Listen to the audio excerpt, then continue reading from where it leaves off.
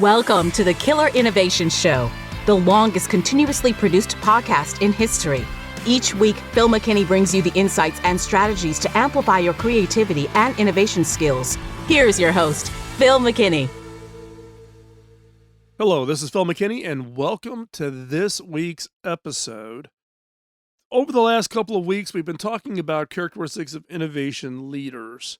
But one question I get, and I've talked about this many times in past episodes, is around failure. The fear of failure, how to think about failure. Is failure okay? How do you think about failure as part of a performance metric for innovation teams? So this week, we're going to talk about what I would call successful failures. Yes, there are different types of failures. There's unsuccessful failures. You just crater it, you walk away, that's it.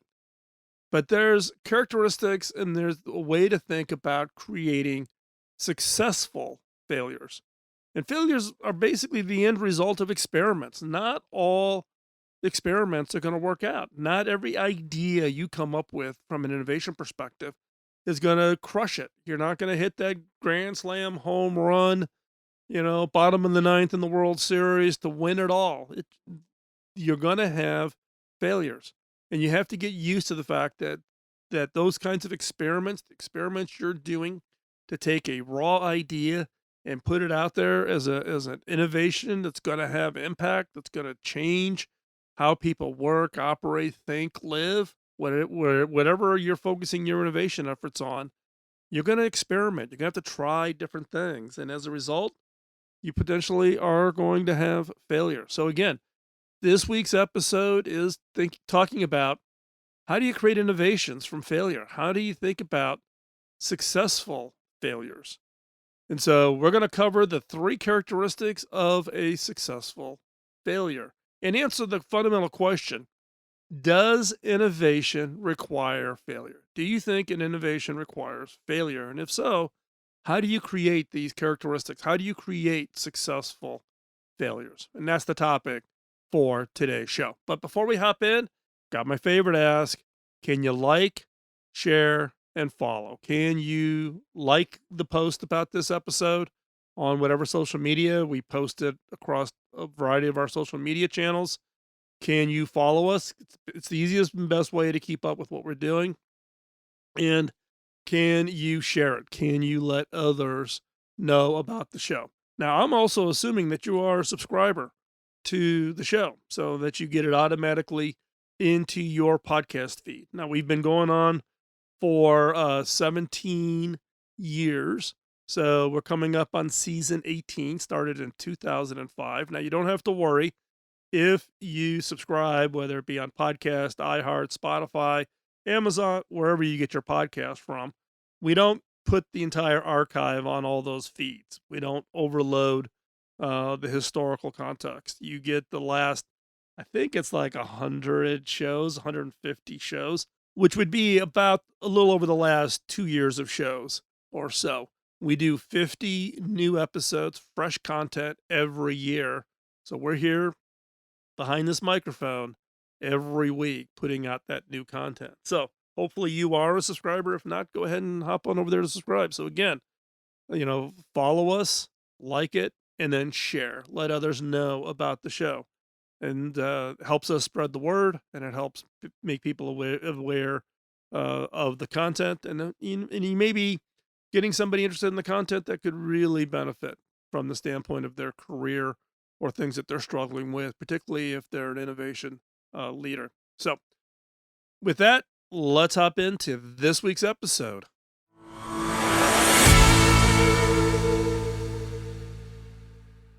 Before we get started, I want to make sure that we all have the basic foundation. So what is an innovation? My definition of innovation is an idea that is made real. It can be as simple as a new way to solve an age-old problem, or it might involve developing something entirely new from scratch.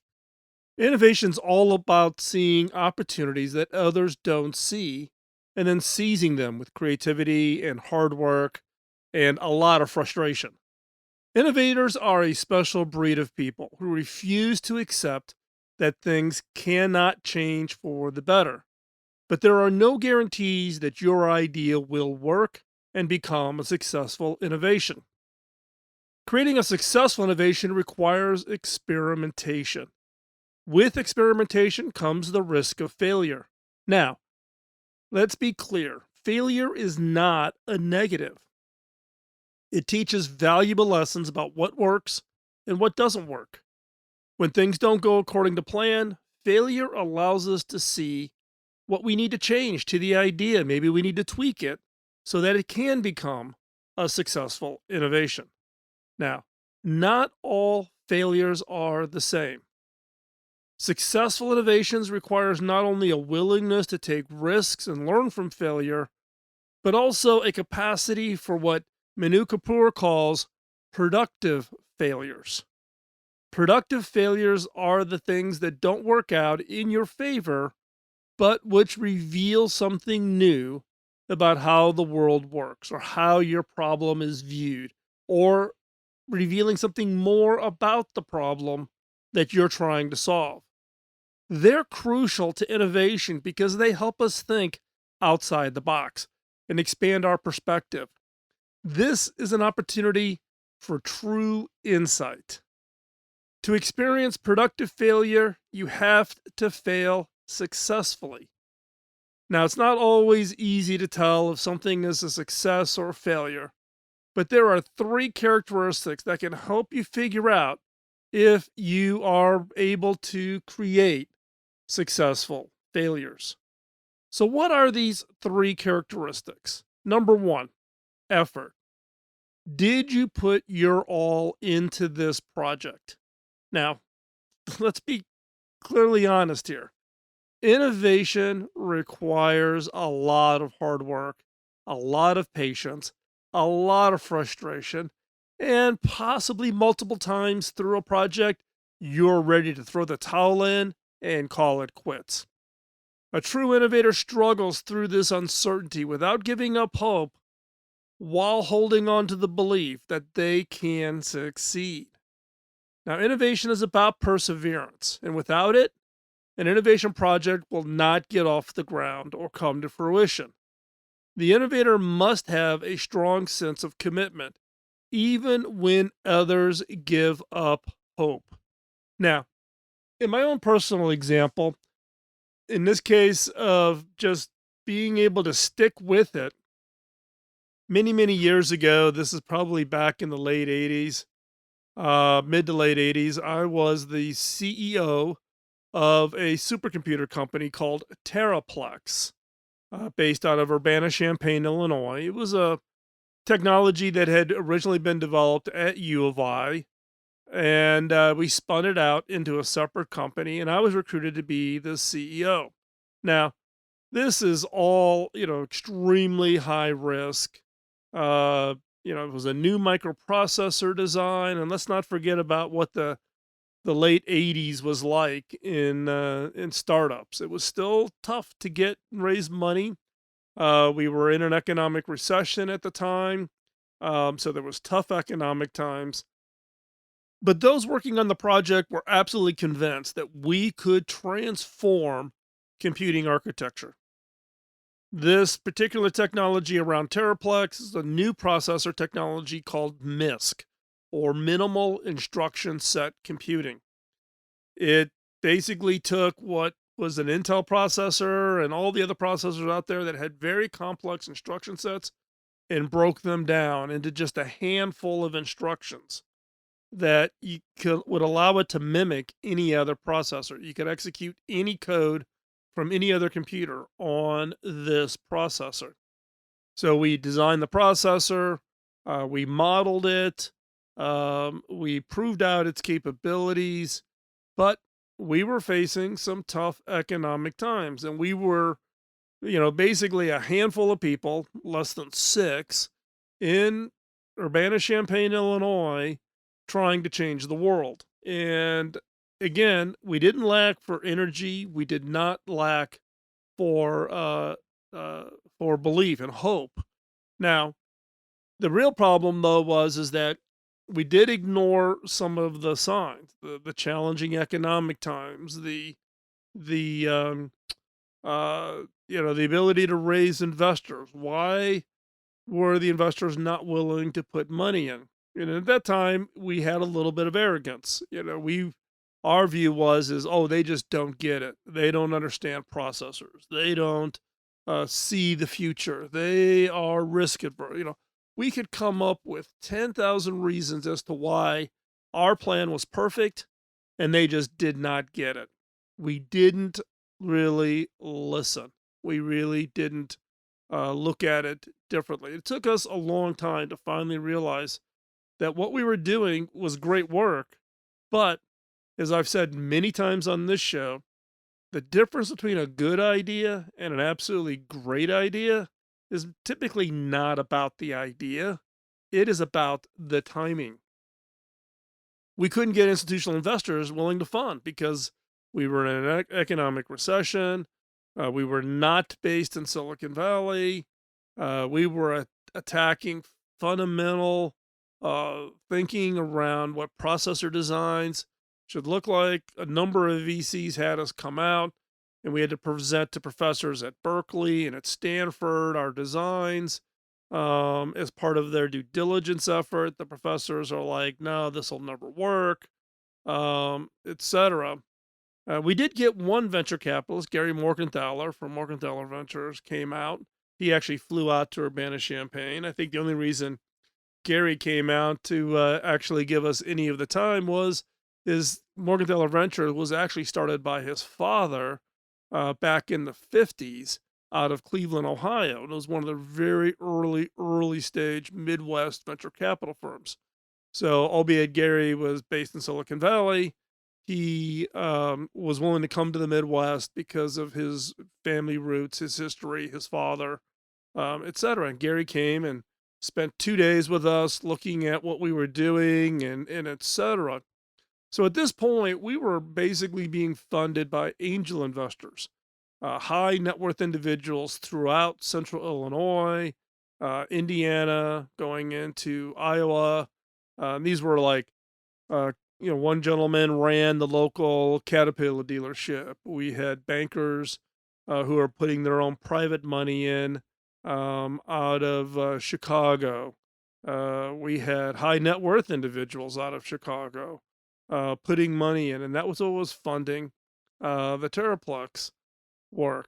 But at some point, angel investors are going to throw the towel in. While we still believed in it, we were truly going to see this through. We believed in it. We believed in the architecture. We believed that this was going to transform computing. But when the angel investors threw the towel in, that was kind of the nail in the coffin. You have to kind of step back. So what did we do? We actually bundled up all of our work on the MISC processor and bundled it up into a technology licensing bundle and went about trying to find a buyer, a licensor of the MISC architecture. And we were successful. So Atmel Corporation out of Silicon Valley was very interested in the processor. They took the intellectual property and licensed it and embedded portions of it into existing processor designs that they had underway. That we got some press on it. Business Week did a big article on what we were doing at Terraplex and the MISC processors and etc. But in the end, the question here being, the first of the three characteristics is, did you put your all into this project? In the case of Terraplex, I can tell you, we left nothing off. We did everything. We put it all onto the field. We competed. We worked hard. We had a great team. We had a belief in it. And again, I think if I was maybe had a little bit more experience, keep in mind this was in the mid to late 80s, probably would have pivoted and taken the basic architecture and broken down. So I'm a big believer nowadays of this crawl, walk, run. Break your project down, Do it in small pieces, deliver value early. Don't try to just take one big giant leap to change the world. But did I put everything into this project? You betcha. The second characteristic on successful failures is perspective. What does the experience teach you about what will work and what won't work? Failure is inherently full of lessons. Some of the most traditional, I should have done this instead. More often, though, you can look back with pride on the time you learned something important about yourself. That either your decision making skills are sharper than you thought, or they were more flawed, like in the case of Terraplex. Even if it's not always an encouragement to try again, there's always value in trying something new and then reflecting on what happened so you can learn. And you learn from every experiment. In fact, at our current company I'm at as the CEO, we do retrospectives on every project. We do kind of a deep dive and look at that project to say what went well, what didn't go well, what did we miss in the beginning, what did we learn and uncover. And we make those retrospectives fully transparent and fully available to everybody in the organization. Now, in this case, though, I want to talk about a another specific example of perspective. What did the experience teach you? So, going to go back to my HP days. Early on in my CTO role at HP, I went after to acquire a small company out of Calgary, Canada called Voodoo PC. Now, for those of you who are into the PC world, particularly into the gaming world, you may recall Voodoo PC. Very, very high end laptops, desktops, gaming rigs, very high performance. They consistently won the shootouts from the major magazines on overall performance. Very good designs, custom paint jobs. You could get a desktop Voodoo Omen that could cost you $40,000. This is $40,000 in 2008, 2007. So we went off to acquire them. I believed that the gaming market was going to explode and we needed kind of a catalyst. So we went after them. Now, keep in mind, at this time, HP is probably, I'm going to say $60 billion. And Voodoo PC is, 8 people in Calgary, Canada in a warehouse. So very disproportionate to size.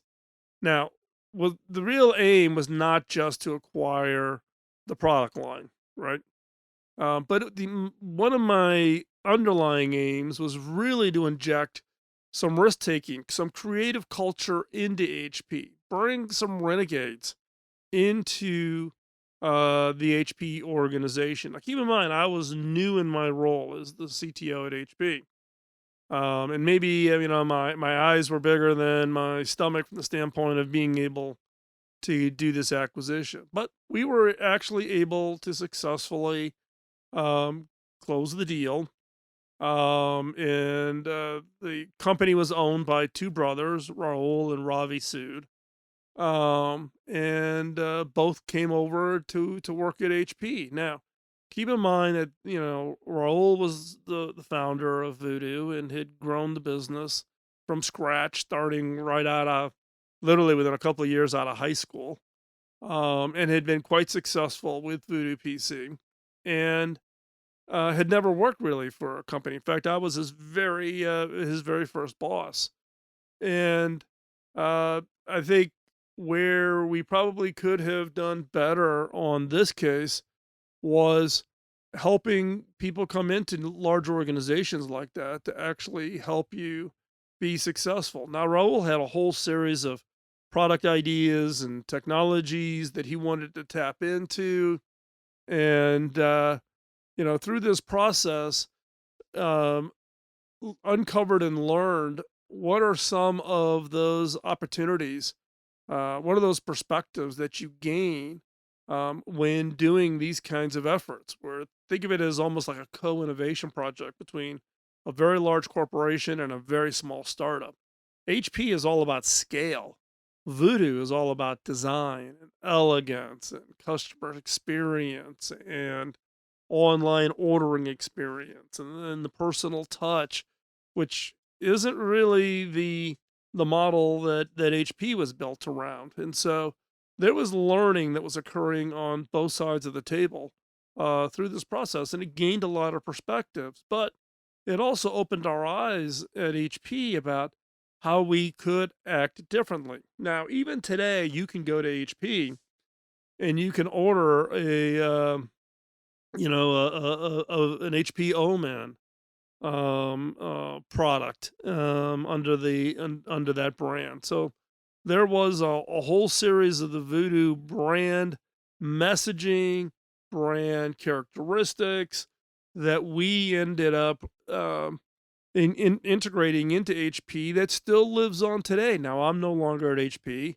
Raul left HP, went on to found Microsoft Ventures, and then left Microsoft to become the CEO at Unicorn, which is an on-game betting platform for esports. He just sold that, and now he's actually just received, his first $5 million investment round from companies like Andreessen Horowitz to fund his next company, which again is I guess the best way to describe it is a living blockchain gaming platform.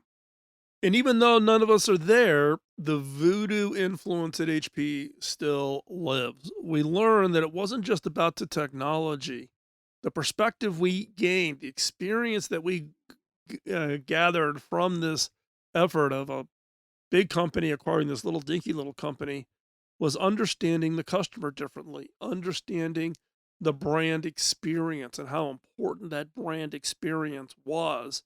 And you can go out to hp.com or you can walk into a Best Buy store and you can buy HP products today that carry forward the brands from Voodoo on everything from laptops, PCs, printers, wherever. And you can look at those now and you'll see that those brand experiences even live on long after any of us that were part of the putting it in place is there. So we learned, and HP has continued to apply it.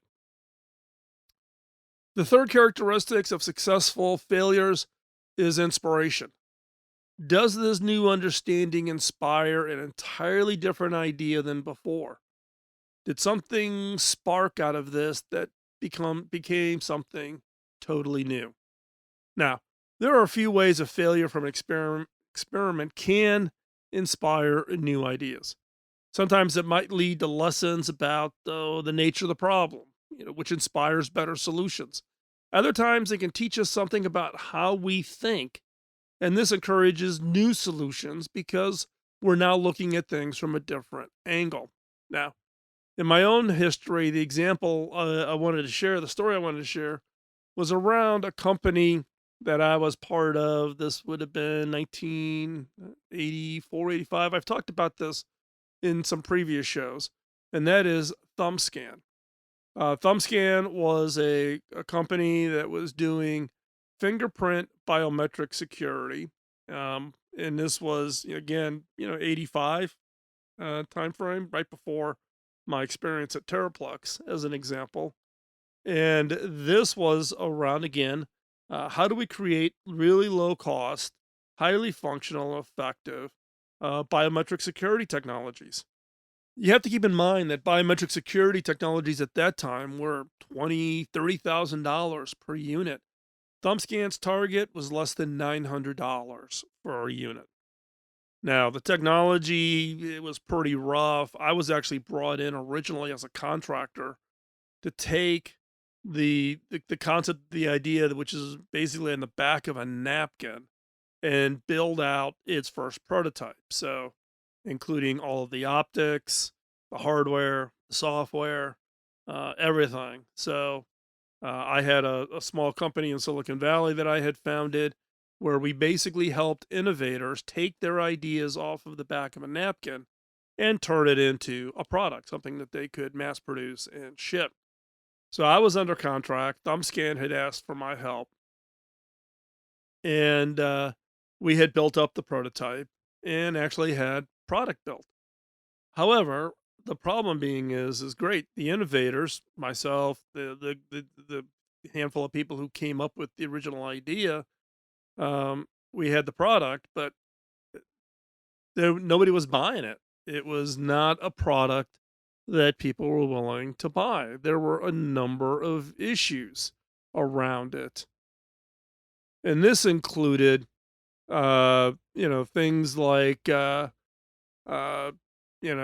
were people willing to share the concerns around privacy? I'm gonna put my fingerprint down on this thing. The other is that, the technology was very raw. It took a lot longer to build than anybody planned for. Cash was getting eaten up. We were funded by Frontenac Venture Capital out of Chicago and a handful of other VCs. Um, but when it shipped, it was a good product, but nobody bought it. It just was a technology solution trying to solve a problem. Again, privacy, people were concerned. I'm going to give you my fingerprint. And security was not a big concern in this time in the mid 80s. Cybersecurity was not a thing. The first set of computer viruses really had not been unleashed on the world at this point. And so the company was in a jam.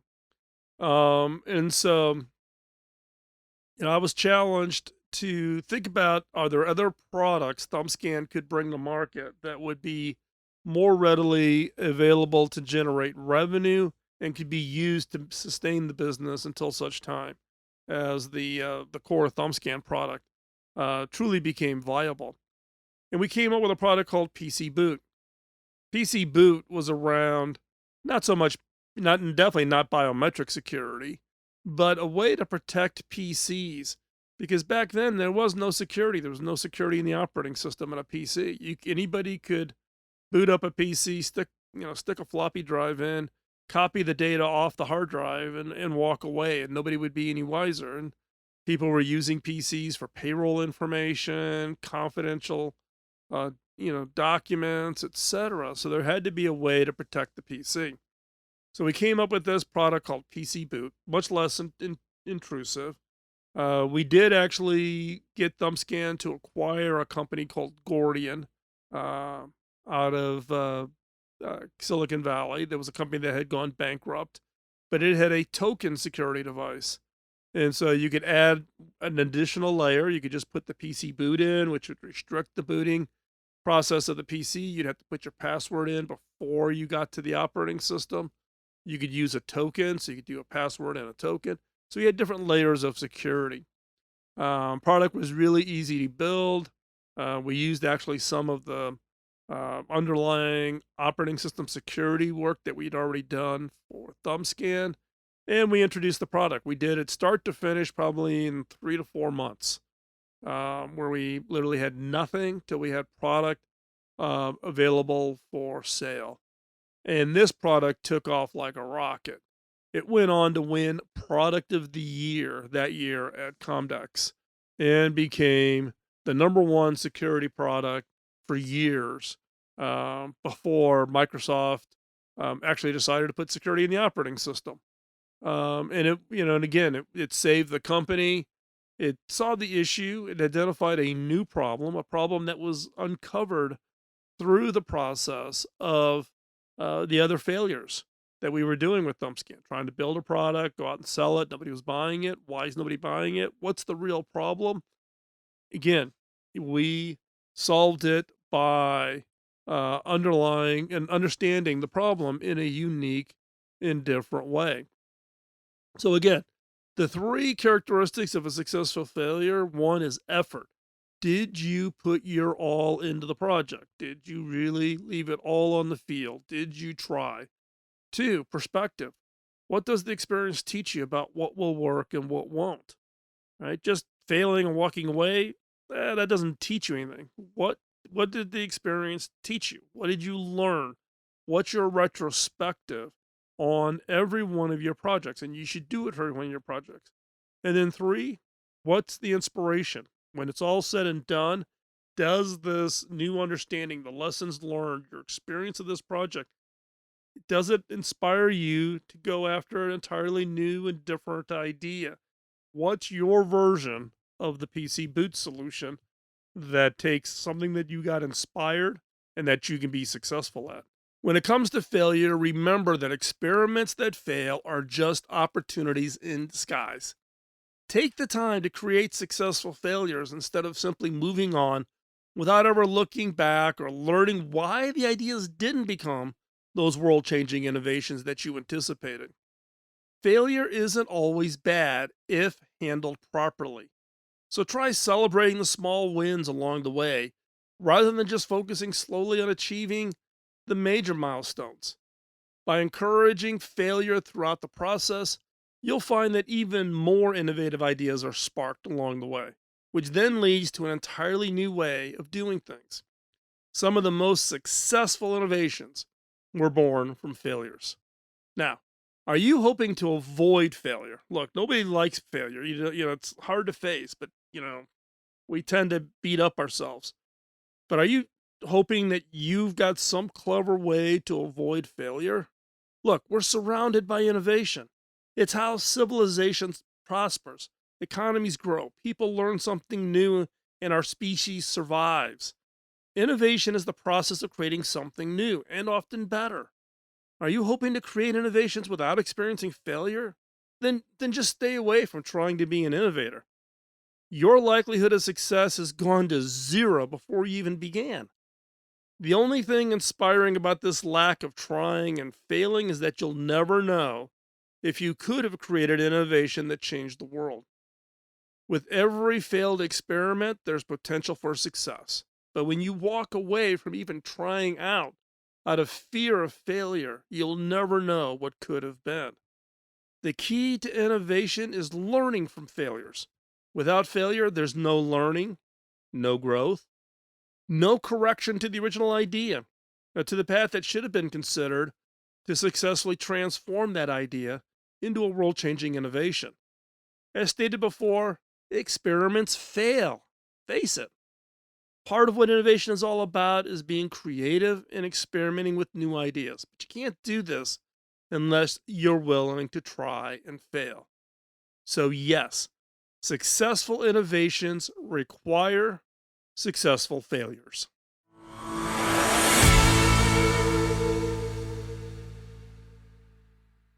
So, what's your thoughts about successful failures? When you look back on the failures that you've had in some of your more recent innovation projects, would they meet the criteria, the three characteristics of a successful failure? Now, I'll be the first to admit, I don't apply this to every failure I've got. I could fail very early in an experiment and it becomes kind of obvious what the issue was. But I'm pretty diligent about doing what I call retrospectives, looking at projects, even successful projects, because you can learn from them, but particularly the failures.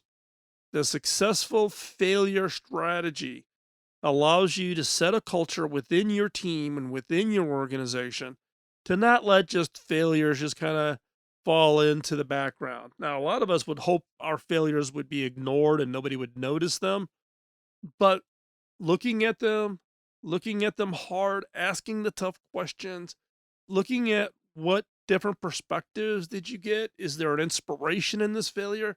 Trains your organization, trains yourself to look at failures differently, not as some negative knock against your abilities or the original idea or whatever it is. Successful failures is a key part of the toolkit to creating successful innovations. So hopefully you found this week's episode useful to you. Really appreciate you taking the time and joining us on this week's episode. We are on the road in the bus. We are actually visiting way up in the Northwest, up near like 90 minutes west of Tacoma, out on the Olympic Peninsula. Beautiful part of the country. We're up here just for a couple of weeks. I'm doing a couple shows from up here. But we'll be back in the Colorado studio here next week. but doesn't stop us from producing fresh content each and every week.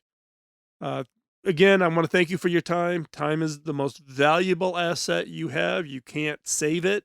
You can't put it on the shelf.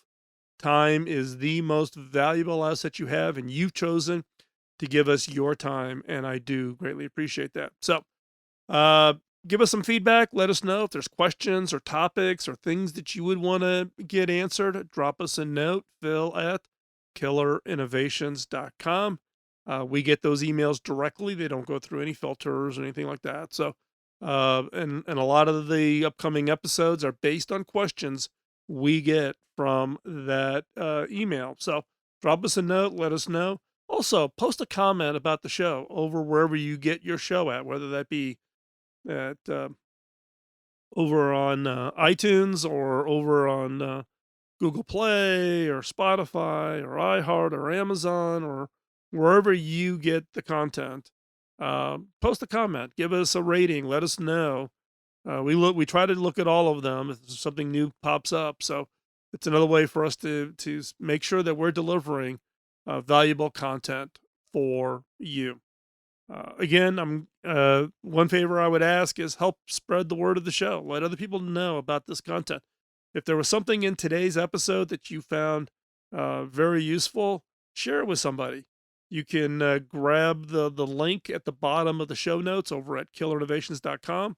Just right click it, copy the URL, and you can forward the URL to any and everybody. That's the direct URL to the audio file. So they don't need to go to a web page or anything like that. They can literally get the audio file directly. And that's an easy way for you to share that content with other people. So, and again, it helps us meet the objective of spreading the word and me satisfying the direction that I got from my mentor, which is I can't pay back all the work he did in my career.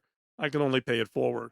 And my way of paying it forward is having work in producing this content now for over 17 years and making that content freely available to any and all who might find it beneficial and insightful as you are working on your own journey around innovation and creativity.